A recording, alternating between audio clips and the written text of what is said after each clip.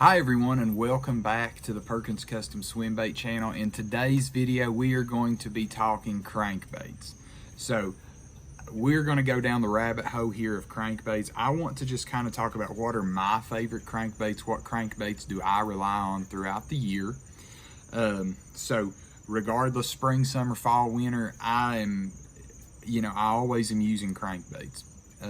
Sometimes it definitely is not going to produce probably your winning tournament bag, but at the same time, a crankbait is probably it and a jig being the two most universal baits. I guess now you can throw the jig head minnow in there, but definitely the crankbait is right there with having just this ability to catch really, really nice fish.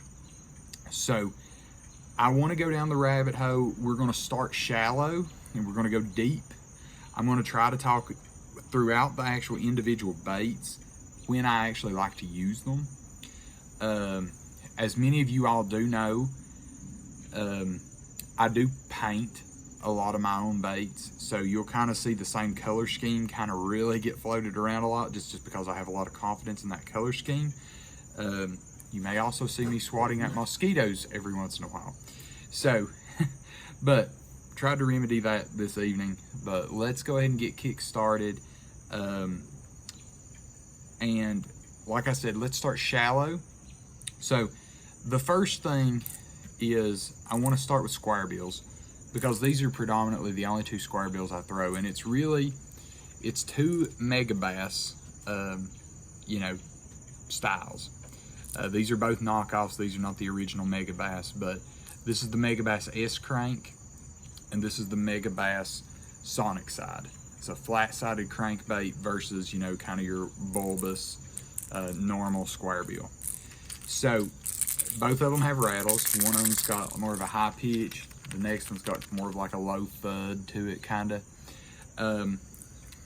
All right, when do I use them? So this bait, the square bill Sonic side, that is predominantly when the bass are going to be up shallow and it's going to be cooler water. So that could be really 2 times a year. It's kind of in that March window when those fish are just starting to move up, getting ready to spawn, and you're finding them on those shallow riprap banks, those rock piles. That's really when this bait does well. I have another color that I love to throw that time of year. It's like a fire crawl or a lava crawl. Real bright red with an orange belly. It really gets bit. But it's like I said, that's more of my really early spring pre-spawn kind of color. And then in the fall, I'll throw more of that shad pattern. And that shad pattern really does get bit. Had some really good days on a local lake here throwing that color. And it was actually not in that bait, but it was in this bait. It was in that Sonic side style. This bait, I caught so many fish that day on this bait. I had a ball. But I love to crankbait fish. That is, if I had to choose, I would catch fish on a big swim bait or a crankbait. That is my favorite way to fish. I know that a lot of people love topwater, and I enjoy catching them on top as well. But there is just something about, going down the bank, just chucking and winding. I just love it. That's my favorite way to fish. Either way, with a big swim bait or a crank. I feel like I can cover water faster with a crankbait, predominantly due to the bill. But so this bait is, warmer water. Ballpark warmer water is around 60 up, moving up and down to about 55. On that 55, once we hit that going into the fall, that's when I kind of start transitioning to the flat side, if they're up that shallow. And it just depends on your lake as to if they're going to be there or not. Most of my lakes here, typically they're not that shallow unless we get a lot of rain and it puts them really, really dirt shallow. You can always find a shallow bite, of course, but as far as like size, typically I'm not catching as much size on the super shallow square bills. But you got to have them, because there are always those situations where you're going to need them. The fish will be up super dirt shallow that day. So speaking of that, let's hop into the next kind of crankbait. And this next one is probably one of the most well-known crankbaits, period. And I do throw the original. This is the Rapala DT6. I mean, you can see teeth marks all covered up. It's been bit really well. The top of this thing scratched all to pieces. It's just a really good bait. And you know, the nice thing about this bait is it gets down to about 6 feet easily, no issues there. I throw it on a bait caster, I've never had any sort of issues, but I throw this bait kind of in conjunction with the flat side. It just depends on how deep they are and how deep do I need to get. You know, some of the popular colors that I throw, this color is called Smash. I love this color. It's one of the Ike's custom paint colors, but this is one of my favorite colors. I just like the green, how it blends in with the silver and the brown. But that's called Smash. I really like that color.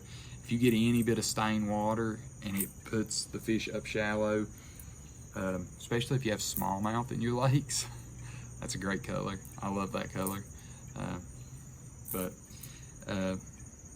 Let's see here. Anything else about that one? But it's just a really good bait early in the year. It tracks really well, so you don't have to tune it that much, which is also a really nice feature of it. I really like that. But I've kind of slowed down throwing this as much here recently because I've been painting my own baits, and I kind of have been throwing this Evergreen Combat crank. It gets a little bit deeper. It gets more in line with like the DT10 or the DT8. It can get down to about 8 to 10 foot on a long cast with about 10 pound test. It's a really nice crankbait, and I got on a really good bite with this little crankbait early this year. Definitely cooler water being a flat side, but it's just a really good size profile. It gives off a really good action, and it works really well. Probably could be argued that I'm throwing too big of hooks on there, but you can really sling it a lot farther because you got that extra weight on there. But really nice little crankbait, works well. Once again, primarily throw it in 2 colors. This shad, if I'm going early in the year, I'll have it in some sort of red and orange. It could be red and transparent orange, or it could be in like just a matte finish, just just dark, or just straight up red. It just depends on what I'm needing for that day. All right, let's see here. Where are we going to next? I'm gonna mention these. These are new baits to me. I have not got to try them yet, but they both kind of fall in this same line of like depth. This is the Megabass Super Z2. This is, once again, it's another one I painted, but it's supposed to get down in that like 8 foot range.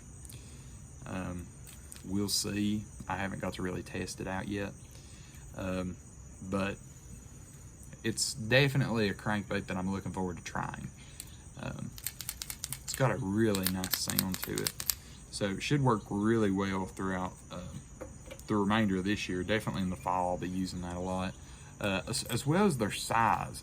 You know, I know I probably haven't done that, but let's stick with just like, this is the DT6. You can kind of compare in size. This is a very small bait by, you know, comparison. It's a little bit smaller than a DT6. And then this is the Super Z3, which is supposed to get down about 10 to 12, supposed to be, and it's about the same size as a DT6 by body shape. Bill's a little bit longer, just to get it down to that depth, I'm sure, but once again, it's got a very similar knock as the other one.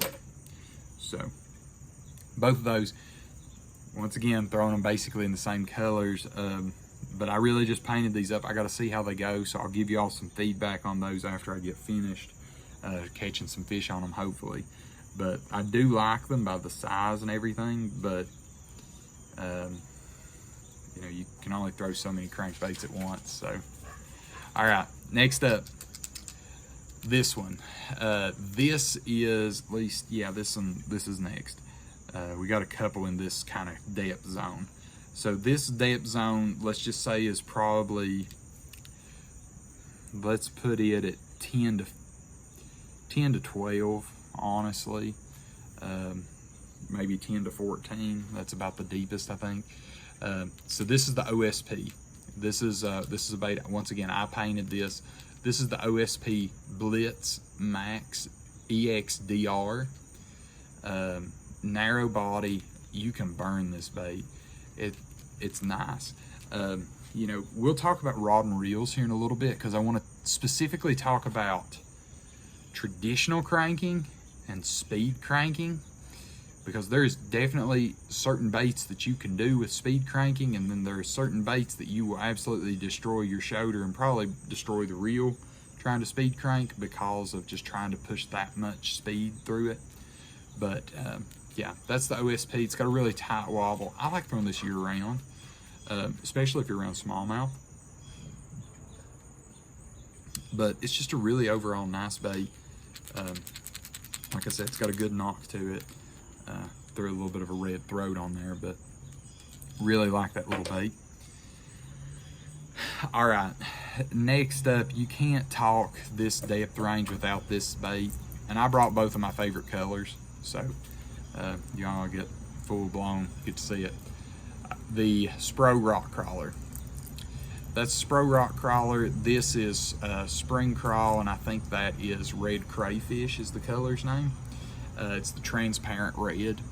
Like I said, most of my water's really clear, so when I do throw red, oftentimes you'll see me throwing like a transparent red.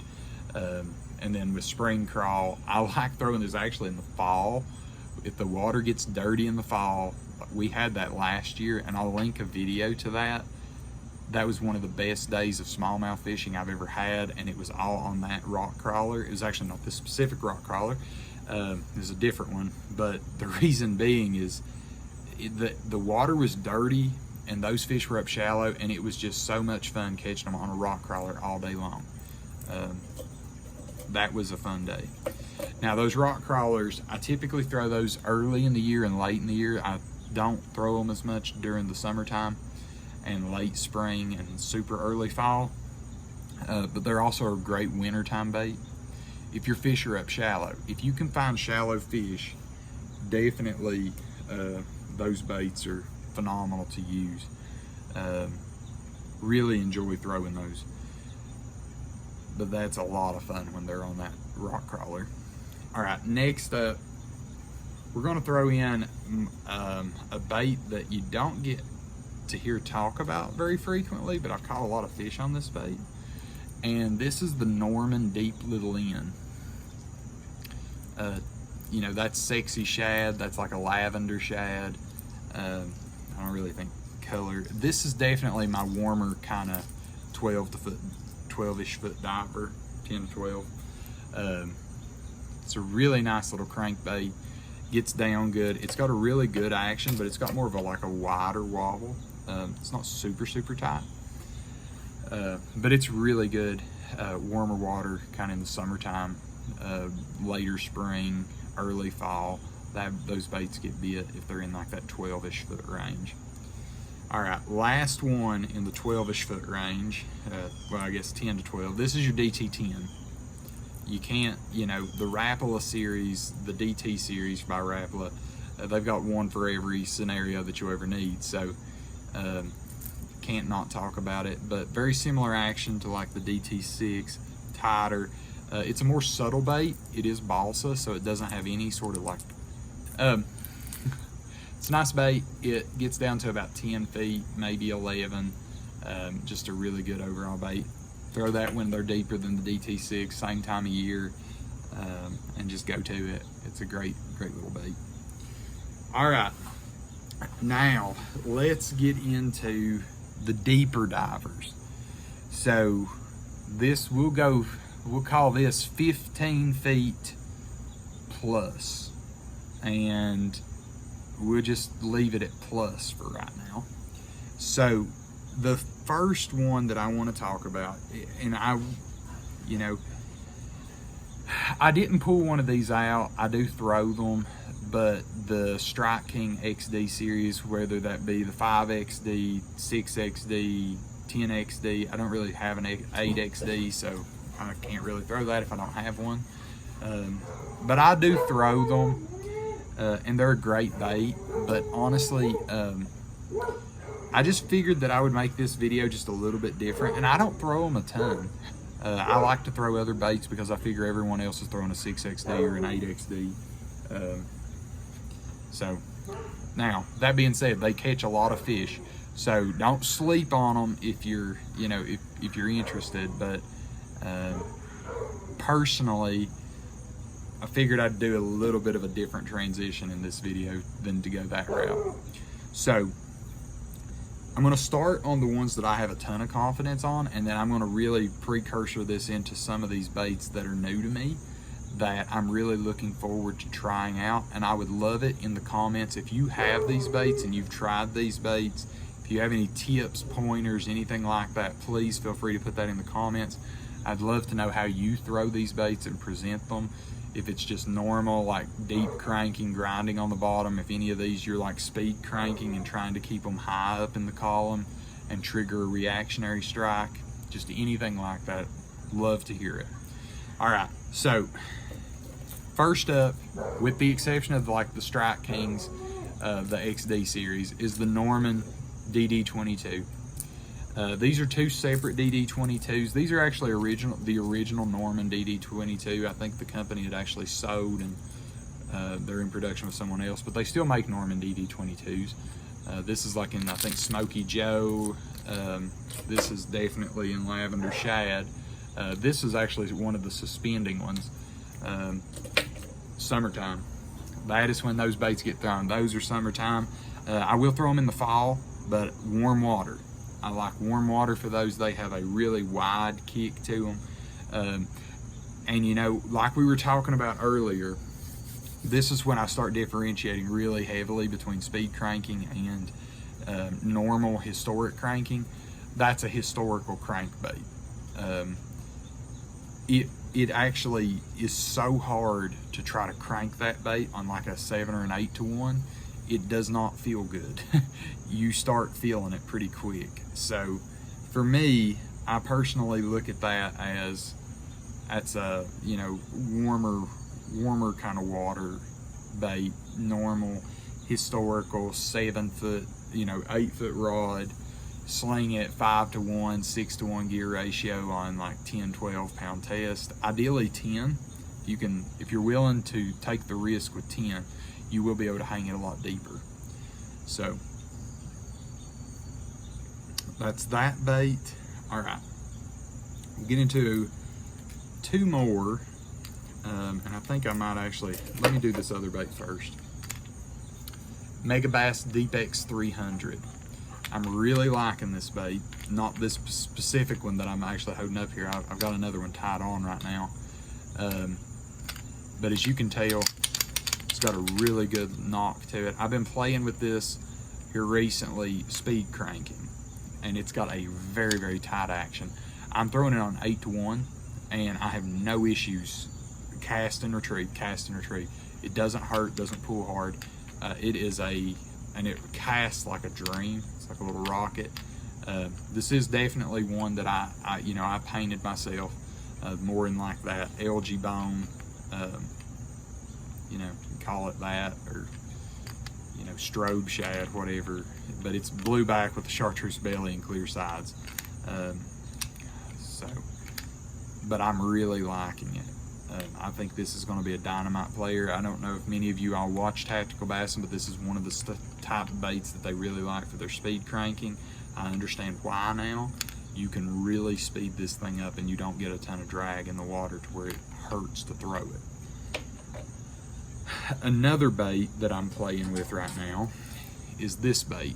This is the Duo Hardcore 20G maybe, or G20A. I can't remember its exact name and number. But super nice bait. It will get down to about 20 foot. Long cast. I think I'm throwing it on 12 pound test line. This is kind of one of those mixer baits. You can speed crank it, but you can also just traditional crank it. I kind of like traditional cranking it better right now. I haven't thrown it enough speed cranking. It's still a new bait to me. but I am really liking it, and the depth is what I really like. So like I've talked about in many of my videos, my fish are deep fish. Predominantly they live deep most of the year with the exception of when they spawn. And deep could range anywhere from probably 20 feet to about 100 feet. We have very deep reservoirs here. So finding crankbaits that can reach the different areas that the fish will try to hold to is sometimes challenging if you don't get dirty water and you don't have wind. Now, honestly, if you don't have dirty water and you don't have wind, a lot of people would probably make the argument you probably shouldn't be throwing a crankbait that day. And that's honestly true unless you're like me and you just really like to throw a crankbait. But, you know, crankbaits are great at eliciting the reaction strike out of the bass. So that's why I like to have them in the boat at all, if at all possible. And I really like to throw a crankbait. So let's keep going. And now I'm getting ready to transition into the baits that are brand new to me. I just got these baits recently and I'm really looking forward to throwing them. So I'd love to hear feedback from everyone, but I have every intention of throwing these really from now until, well, honestly throughout the winter too. I want to see as to how they will do in the winter. All right, let's just go ahead and dive in and we'll go from there. Number one,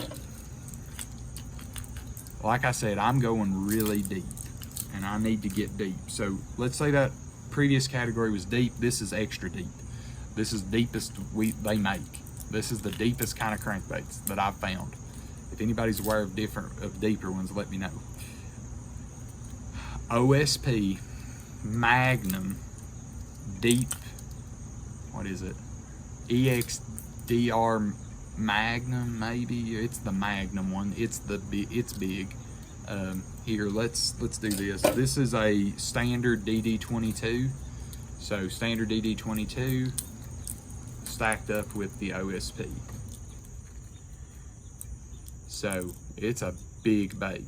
Now let me do one more real quick. 10XD. This is the Strike King 10XD stock. This is not, this is the actual Strike King 10XD. It's about the same size as the Strike King 10XD. It's not much bigger. Its body is actually probably a little bit smaller. It's definitely narrower, right? You can kind of see it stacked here. Well, there we go. Well, maybe that's a little bit better. Probably not. But maybe this might be the best direction, looking at it from the top. But it's a little bit narrower than the 10XD, definitely a little bit shorter. The body style is a little bit different though.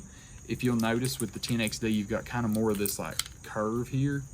The OSP is more flatter. I think you'll be able to fish this a lot faster than you can like a 10XD. So it's gonna help with the speed cranking deal. To be honest with you, I can't remember what this color's called, but it just looks like a shad. And it's got that little chartreuse shot on the throat. I've got 4 of these different colors in each, and then here's more of like your transparent for the clear water that we have here. I wanted something real supernatural. This might be like a ghost shad or something like that. But still, super deep baits. I'm gonna throw them year round. I do believe that bait, because of how kind of narrow the lip is, you know, it's a very narrow lip. I believe this bait will work really well in the winter time, and it's supposed to hit 30 feet. Now, I don't know if it'll hit 30 feet. It's supposed to do it on 14-pound test. I've currently got my deep cranking rod set up for 12, so we'll see if I can get it to hit it. But it's gonna be a deep crankbait, or it's supposed to be a deep crankbait. All right, moving on. Now, Megabass. So these are not Megabass, these are knockoffs that I've painted, but I got us a couple of them. This is the Big M. Let's see here. Yeah, and there's your shad color, you know, your strobe shad, algae bone color. let's do this. Let's bring out the 10XD again. That's the easiest one, I think, for everybody to kind of have a bearing as to the size difference. Length, it's definitely longer, a little bit, but as you can tell, it's narrower. It's a very narrow bait. They're probably about the same in thickness, but it's just shaped differently. The stories that I've heard is the Big M does more of like a rocking kind of motion when it goes through the water, so it's giving off more flash, versus like the 10XD that's got that wide tail kick. So it's going to be something I'm looking forward to trying. Once again, I'm wanting to try it during the winter time as well, very similar to these baits. I'll probably paint me up a crawl, honestly, something like a green pumpkin, honestly. Probably a green pumpkin crawl. It's not that I really dislike the reds, it's just, well, to be honest, I'll show you. I picked this up with the OSP that I bought, and I really liked it. This is their crawdad. But the cool thing about it is everybody likes a little bit of red, okay, and it's got a red belly. So I'm really thinking of trying to mimic that on one of those Big M's to give myself some of that green pumpkin crawl with that red belly. So get the best of both worlds out of that. Definitely, it's supposed to get down 20 to 25 feet, maybe 30 feet. I'm gonna try to get it to 30. My fish definitely hold at 30, so it'd be nice to be able to hang this up at 30. So that would give me, you know, 2 baits to get down to 30. All right, now the last one. These baits are very new to me. I just got them in. Honestly, they're very hard to get. I had read about these baits, and I'd never, you know, found them. They're very, in my mind, they're expensive for a crankbait. And I know that I'm saying this and I'm a swim bait builder. So, you know, that kind of gives you the point of reference. This is a swim bait guy that's telling you something's expensive, and you know how expensive swim baits get. All right. So I have yet to ever purchase a DRT, but I did go and buy a DRT. So out of Japan, this is DRT. I think it's called Division Rebel Tackle. It's a big bait. This thing weighs a little over 3 ounces. I'm gonna probably throw it on swim bait gear, but it's supposed to hit 40 feet. 40 feet is what they advertise this bait to hit. When I was looking, DRT is like a small company out of Japan, is my understanding. And because of that, they're very hard. There we go. We got our dogs making the appearance in today's video. This thing is supposed to hit 40 feet. I'm really looking forward to trying it. As you can tell, it's narrow. So I don't think it's going to have a huge kick. I think it's going to be more of a natural shimmy. And if you'll notice, and I was looking at this for most of the deep divers, so these are the 2 DRTs I have. I only have 2 of them. I have a matte finish. I don't know the color's name, Pro Blue, I think. And then I have this, which is kind of like a matte shad. But it's a big bait. Relative to the 10XD, makes the 10XD look like a baby. 10XD, I probably should have got like an 8-inch Huddleston out and shown you the difference in that. That is a big bait. As you can see, I'm holding the end of the lip here. The bodies of the 2, DRT's a lot larger, a lot longer, everything. So it's gonna be a fun bait to fish. I'm looking forward to it. If anybody on here has any experience throwing the Magnum DRT Police, that's what it's called, a DRT Police, let me know. I'd love to hear what your setup is, you know, and can you actually hit 40 feet? I'd love to know if you can hit 40, because my fish hang at 40 a lot, and if this thing can get down there, I've never seen a crankbait that says that it can hit 40 feet. And if this thing can really do it, it'd be worth it. You know, because of how expensive these baits are, I would highly recommend a really good lure retriever if you get one, or you know, want to get one, and get a long amount of line. Definitely have 40 feet of line on your spool to get the lure retriever back. Giant hooks on it. It's probably like 2 aughts.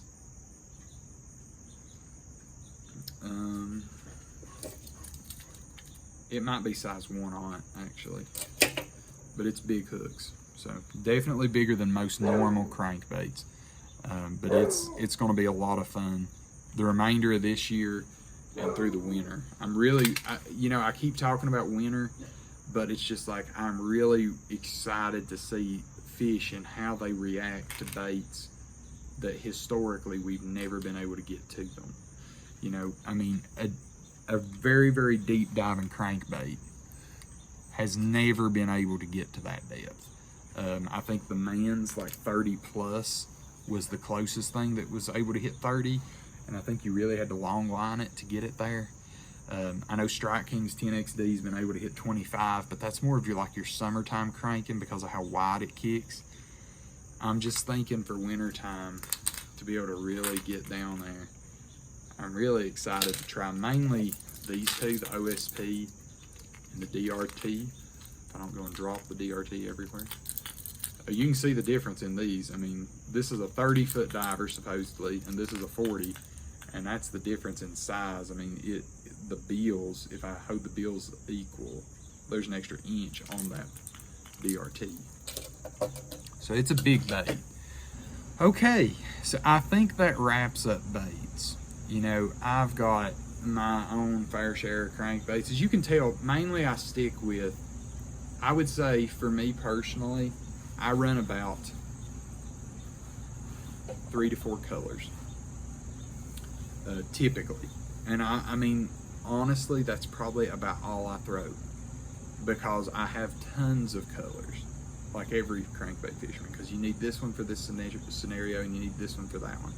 But if I had to ballpark it, I throw 3 colors, and if I needed it, I could say that I'd probably have 2 extras that are kind of oddballs. So let me run through color real quick, and then we'll go through rod and reels. You know, I'm going to keep the big ones kind of to themselves because, like I said, I haven't thrown those, so I don't use them yet. So I'll do feedback on that as to how that goes throughout the year. Now that I've kind of got some bigger crankbaits to get down there. All right, starting off, I'm definitely gonna say my color. I have so much confidence in that. You know, I'm just calling this the Perkins Custom Shad. I don't know really what else to call it. I really probably won't ever have another color shad crankbait because this one just works and I'm able to paint it consistently. So as you can tell, I mean, I throw it in so many different things, whether it be big, you know, mediums, it doesn't matter. I throw it in all of them. I've actually got some in the OSP too. We paint some more in the OSP. But definitely a shad. Always have a shad pattern. If your fish feed on shad, definitely have a shad pattern. My fish tend to like greens a lot for some reason. I don't really know why. So that's where Smash comes in. And also with that little bit of an orange throat, kind of mimics a bluegill pretty well. As you notice, like all of my Rapala DT series, they're all in that color for the most part. I do throw a crawl occasionally. Okay, so there's like 2 colors right there. Next up, you've got to have something chartreuse or blended chartreuse or something. I like the rock crawler with the crawdad. It's kind of like as you saw here. Ignore that I really haven't thrown this bait a lot, but like that chartreuse and blue, powder blue chartreuse, the LG Bone color, that works great. Like you can see, and I'm just grabbing extra colors, but you need a chartreuse. I like a crawl chartreuse because it can double. You know, it doubles as your crawdad and it also is your chartreuse. They'll eat it just fine. But something in that spring crawl color, a brown back, orange belly with chartreuse on it, it's great. So that's 3. Honestly, you can make it through the entire year with those 3 baits. A shad, probably like a bluegill imitator, and a chartreuse. Now, the specialty colors. The specialty colors, one of those is definitely a red. Now, you honestly could probably do 2 reds. You could do this, which is that red crayfish or that transparent red, and that's how I'd like to just separate it. It's transparent red and a solid red. Something like a matte finish, like hot, like lava crawl, no transparent, it's just straight up red. Red and orange. If you get dirty water in the spring and it's a dark day and you got wind, throw that solid red. If you've got sunlight and cleaner water, throw the transparent red. Basic rule of thumb. It's not to say one won't work over the other, but that's basic rule of thumb. Let's see, reds. We've got red, chartreuse, shad, bluegill. Is there anything else wild and crazy? There's definitely going to be exceptions. You know, I know some people, I really like chartreuse blackback too for certain lakes, but it's not like a must-have. I like splatterback for some lakes, which is this color on that 10XD. It's like a black back, white sides with a chartreuse belly. Like I said, I've got colors galore, but honestly, if I had to truly put it in here of how many you need 3. You need a lot of that 3 because you will break them off. I was fishing with a buddy. Well, it was actually a tournament, and we were coming in and we were all joking around about crankbaits because everybody's catching them with crankbaits. Yeah, and I broke off 10 today. So, you know, he was having a pretty rough day of breaking off crankbaits, catching plenty of fish. He was breaking off crankbaits because when those crankbaits are doing what they're needing to do and they're hitting those rocks a lot and that line starts fraying, it doesn't matter how much you're retying. If that line is fraying a lot, you're going to really have to retie a lot or you're going to lose some crankbaits. I mean, we've all done it. I don't know how many rock crawlers on the bottom of the lakes because they get hung up. But if you're not putting the rock crawler where they need to go, you're not going to catch the fish, period. You just won't catch them. So, all right, let's see here. We've got shad, bluegill, chartreuse, red. You know, there's another color that I've been playing with, but it's one that I haven't really experimented with enough. So I won't even mention there, but I mean, to really go into that, but it's like a dark color, like a black crankbait, or like a black and blue crankbait. We all throw black and blue jigs, so black and blue crankbait makes sense certain times of the year. Or even a blue crankbait, like with some black highlights in it. Something else I plan on trying, but just haven't got around to it. But, all right, let's pivot to rod, reel, line, setup, how to fish them, where to fish them, because that is just as important. So, let's go over where to fish the baits, and then we'll dive into the rod, reel, line. I want this to be an absolute complete cranking seminar. This is how I like to do it. You know, I'm not someone that's able to be out on the water every day of the week. You know, I'm kind of with most people. I think I'm just the weekend warrior that gets to go out there on Saturdays and try to put something together. And you know, crankbaits offer you the ability to speed up your learning curve for the day because you can actually cover water with them. So, where are you going to fish them? All right, early in the year. Let's start in the spring and we'll work our way to winter. Spring of the year, you're looking points, rocky points. If you can find rock, honestly, you're in a great shape. Rock is like the greatest thing in the world for crankbaits. They bounce off of them, they deflect off of them, they do everything great with rock. find rock. Ideally, if you can find a point, looking for channel swings too, because those channel swings will be some of those highways that those fish are moving, trying to get back to spawn.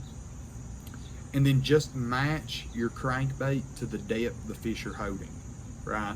So, for example, if you've got a shallow lake, you might be throwing that sonic side or a flat-sided crankbait, whereas me, I may be having to step up to like a rock crawler to get to them, just depending upon the depth. I know that rock crawler's got a very wide kick to it, but seemingly in colder water, they either want the super tight wiggle or they want that really, really wide wobble. And you just got to play it day by day, because I mean, my early pre-spawn bite is typically these two. It's the rock crawler and it's the evergreen combat crank. Those are typically the two that I'm switching between. And then I'm also throwing the Rapala DT series, the DT6 and the DT10. And it's just depending on what the fish want that day. So there's my 3 for spring. If I had 3 crankbaits on the deck, for me personally, in highland reservoirs, deep water, clear water, all 3 species of bass, evergreen combat crank, rock crawler, DT6, DT10. All right, let's go through post-spawn. Post-spawn, you know, most of the lakes is definitely going to be fish are moving out, getting on ledges, getting on deeper structure, DT16, DD22, something new to get down there. And it just depends too. You know, your fish might be a shallower fish than mine. 6XD, 10XD, Big M, you know, something deeper. I would honestly say probably the 20-foot range would probably do most people. But something like that, you want that wider kick, summertime cranking, normal kind of cranking gear. 7.5, 8-foot rod, 5/6 to 1, 12, 14 pound test fluorocarbon, and go to it. Have a ball. Once again, what you're looking for though, points. Working your way out of the spawning grounds, you're looking for the secondary points. Look for ledges. So if you have like big flats that come out and then they drop into the river channel, you could find them on the edge of that flat. I've done that a lot, finding them there. Good areas there.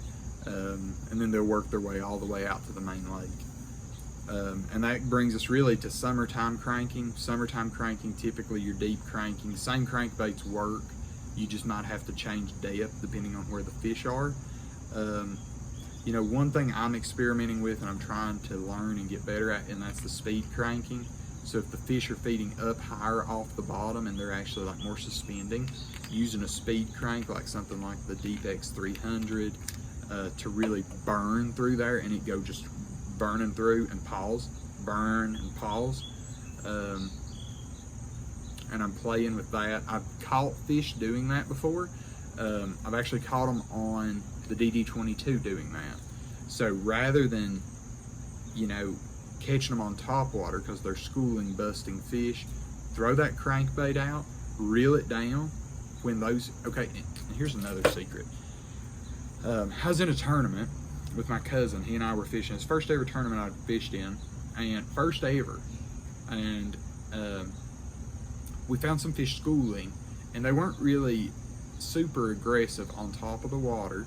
But what I ended up doing was I picked up a crankbait, and at the time I didn't have a clue what I was doing. But I picked up a crankbait, and it was a Norman DD22. I think it was in this color actually, the Smoky Joe. Tossed that thing out and reeled it down. The fish ate it. I caught 2 or 3 fish over 100 feet of water, just reeling it. This was before live scope. Okay, so here's the other kicker. If you hear schooling fish and you see schooling fish on bait, you don't have to have the live scope to know where to throw.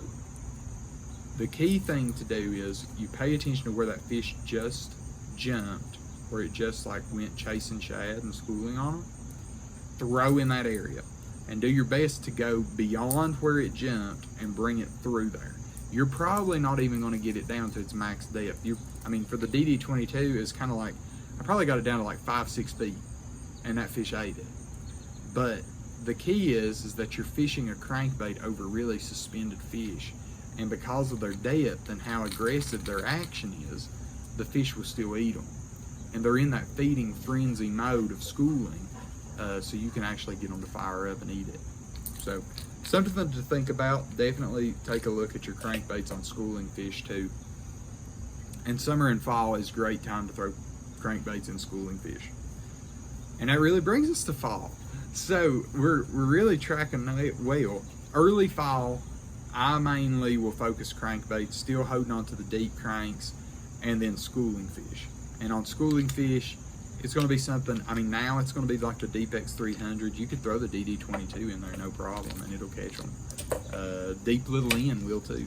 If you're needing a smaller body size, Deep Little N, I mean the DT10. I've had friends catch them on DT10s doing that, throwing in schooling fish. It's not necessarily about always hitting the bottom. Now, hitting the bottom's great, but when you're over 100 feet of water, they don't make a crankbait yet that can hit that. So, just be aware. Let's see, fall. So we've kind of went over the early fall when they're schooling on the bait. You can still find them deeper too, kind of on the ledges, but they're really heavily concentrated on bait. So I think that you probably have your better shot targeting schooling fish with a crankbait if you're out deeper. Now, if they are pushing them shallow, this is where it transitions. You can start doing really well on that square bill. It just depends on your lake and how shallow they're pushing the bait. But a square bill in the fall is a great thing to have. Now, square bill is great in summertime too if you're shallow, if you're a shallow person. If you like to stay shallow, live shallow, square bill is your summertime bait. It's got a real good wide kick to it. It's just a lot of fun to throw a square bill in the summertime. Flats, big points. You could honestly have these in more of like a bluegill color and look for bluegill beds and go after bluegill spawners or bass hunting bluegill spawners up shallow and go after them. But that's a good summertime bait. Keep it on your rod, follow it all the way through the fall. All right, later fall, this is where we transition back into like our rock crawler. We're going back to our rock crawler. We're going back to our probably combat crank as we're starting to get into late fall, right before we get into early winter. Mainly that time of year, I'm primarily going to start switching over to rock. And that is rock in the form of channel swings, chunk rock riprap, just any kind of rock where you think they're pushing bait. And also, if you get into like those November, December cranking days when it's really good cranking, throwing those crankbaits, you're getting into that crawdad when that crawdad's like the last of the crawdads molting. So, you know, that's also when pink becomes a really good color. See, this is where you get in color and it gets like really like go off the wall. But like hot pink, bright hot pink in the winter, or excuse me, in like November, December. Fantastic color. A lot of fun to throw pink. Like bubblegum pink, bright pink. Speaking of which, I actually need to paint me up some of those because I don't think I have many right now. Or I'm running low. So, pink. It's another good color tip. But it's kind of like red. It's like one of those that's got a special time of the year. It's not one of those that I typically throw all year long. All right, wintertime. Now, wintertime cranking. Wintertime cranking can be great, and it can also be the worst cranking weather in the world. And it just depends on how deep they are. Now, I know Tactical Bassin talks about speed cranking. I'm still trying to learn that. If anybody's got any tips on speed cranking, please put those in the comments too. Love to learn from you all as well. And I do hope this content helps. I know this is a lot of baits, and I'm not trying to tell anybody to go buy a bunch of baits by any means. This is just kind of my tackle collection that I've accumulated through the years. Hello, Ollie. You decided to be in the video too? There you go. But definitely something that I'm trying to learn is speed cranking and how to implement that. I think in my area, it's going to be one of those speed cranking, speed cranking with absolutely like 0 bottom. You're just looking for shad balls and you burn that thing through. And you're just trying to elicit a reaction response. So I think that's going to be what it is for my area. But I know I haven't done that well on it, trying to actually grind it on the bottom. I do better actually going old school and throwing it on a 5-to-1 and just slow rolling that thing. Old school cranking. And when I'm old school cranking in the wintertime, I always have a rock crawler tied on. I'll have a flat side. I love catching them in that depth range if they're holding there. But the problem is, in my area, you can bring in 5 fish off of a crankbait in the wintertime, and unless it's one of those days to where the wind is absolutely ripping and you've got some cloud cover, you're probably not going to win a tournament. Tournaments in my area in the wintertime, 25 pounds oftentimes is what it takes to win a smallmouth tournament. 20 to 25 is the norm for the first place. So if you can't get 20 to 25 pounds on the crank, you end up typically having to go do something else, which is, in my area, it's typically either Dominky fishing or like jig head minnow, throwing swim baits at them, something like that. So we'll see as to how the crank goes this year, especially the super deep ones now.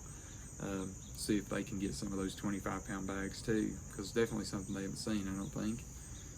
Like I said, I don't know how many people's actually got the police. They're hard. They were hard for me to find.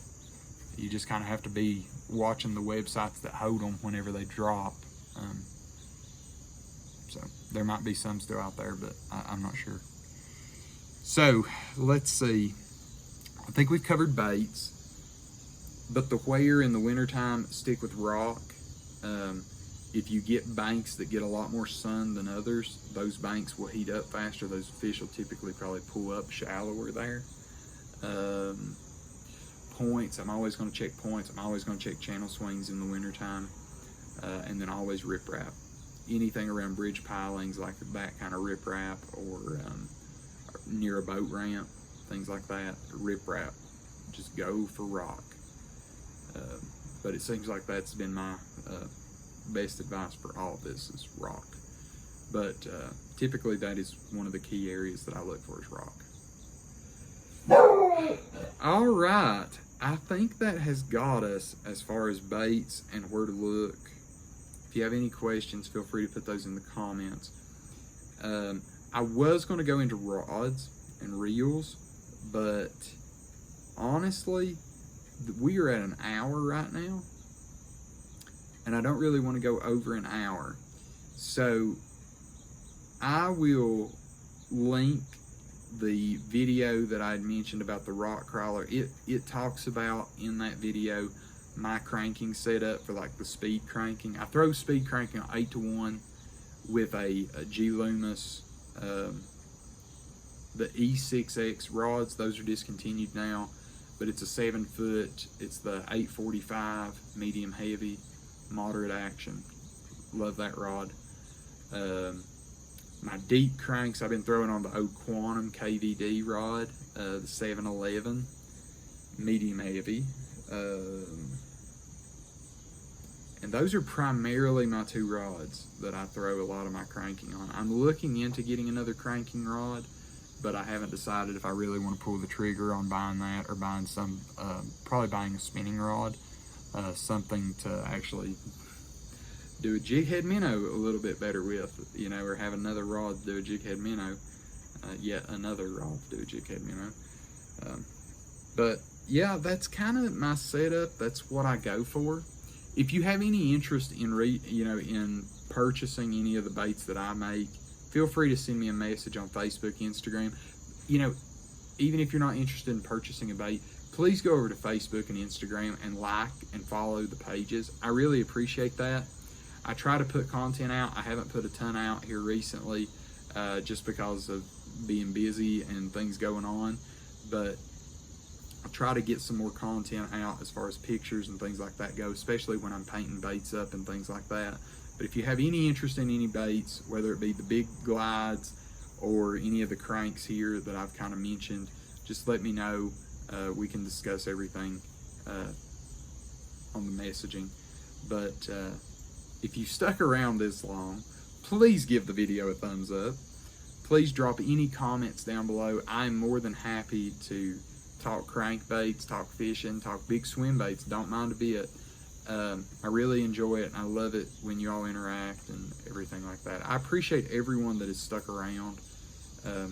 Like I said, if you've had any experience with like the OSP or the DRT or the Megabass Big M, please let me know your setups and how you plan on, or like how you throw that and like the pound line and everything.